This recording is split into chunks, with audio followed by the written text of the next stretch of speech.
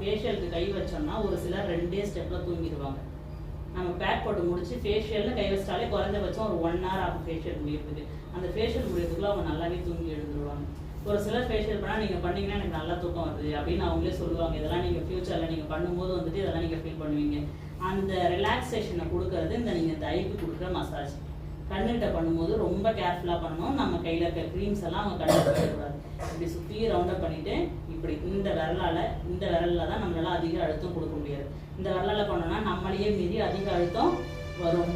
அதனால் இந்த விரலில் இப்படி மைல்டாக 3 சுற்று இதே மாதிரி, அதுக்கு மேலே சுற்றக்கூடாது. சுற்றி முடிச்சுட்டு இப்படி பண்ணிவிட்டு இந்த இடத்துல, அதாவது இந்த கண்ணுடைய ஸ்டார்டிங் பாயிண்ட் இருக்குல்ல, மூக்கு சைடில் கண்ணுடைய ஸ்டார்டிங் பாயிண்ட், இந்த இடத்துல ப்ரெஷர் பாயிண்ட் லைட்டாக அழுத்தி விடணும்.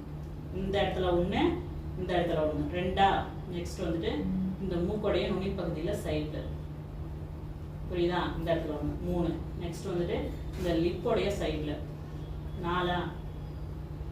அப்படியே வந்து இந்த காதுக்கு கீழே, அதாவது இந்த காதோடைய ஸ்டார்டிங் பாயிண்ட் இருக்குல்ல அதுக்கு கீழே அழுத்தம் கொடுக்கணும்.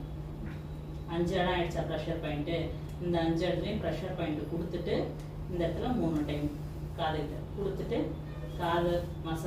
காதை லைட்டாக மசாஜ் பண்ணிவிட்டு லைட்டாக ப்ரெஸ் பண்ணிவிட்டு நீங்கள் கை எடுத்துடலாம். மசாஜ் முடிஞ்சிச்சுன்னா தொடச்சிட்டு பேக் போட்டுக்கலாம். இவ்வளோ தான் ஃபேஷியல் மசாஜ். இதில் நீங்கள்